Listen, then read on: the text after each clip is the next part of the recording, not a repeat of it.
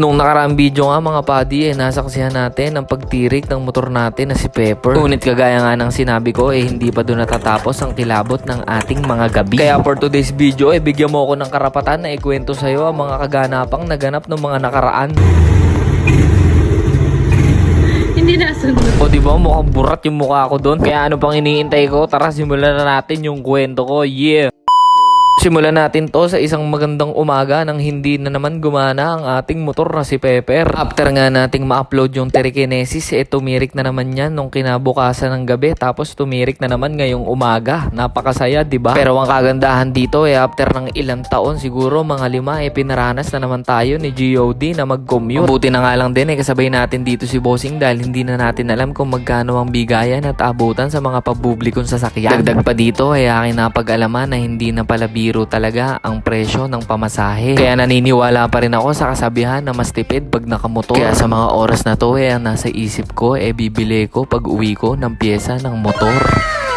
So yan, ito nga pala yung motor natin na si Sophie na Mio Sporty. Ito yung pinakauna nating motor at 7 months na tong natambak, kaya hindi ko alam kung mapapagana ko ba to. Pero feeling ko mga buddy, pahihirapan tayo nito dahil medyo matagal na tambak to at sobrang nagtampo na to. Binaklas ko nga lang muna dito yung tangke dahil nang makita ko natanggal na yung fuel filter at dadalhin natin to sa gas station.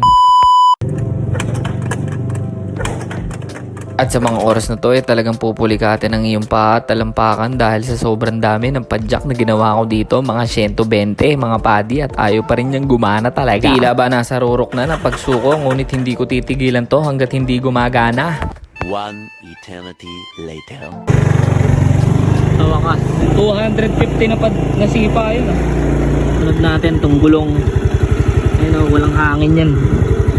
Harap likod. Ito meron pang konti. Yung likod wala. Tagas din dito sa head, sa breather. Almost kalahating taon ata ito natambak. Tulak.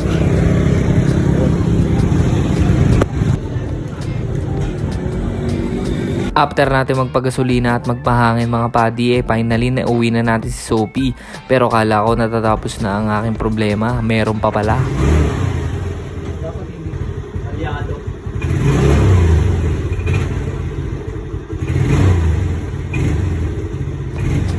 Hindi nasunod. At ayun, buwaka ng shit, palyado. Hindi na igagas ng todo. Paglagpas ng kalahati yung piga mo, pumupugak para kang bobo. Puso ni Tomas. Thomas and Friends. Pangiti-ngiti lang ako dito pero talaga naiinis na ako. Ayan, tinanggal ko yung karburador para makita ko kung ano yung problema mo.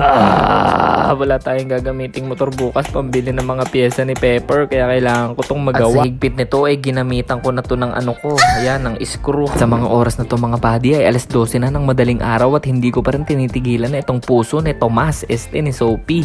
Pero hindi ko pa rin siya napagana, kaya bigo pa rin tayo. Kaya ipinagbukas na lang natin ng umaga at hiram na lang tayo ng motor. Kaya yon, pambili natin ng pyesa ni Pepper, ayusin natin siya hanggang sa susunod ng video mga buddy. I'm out, babush, wow!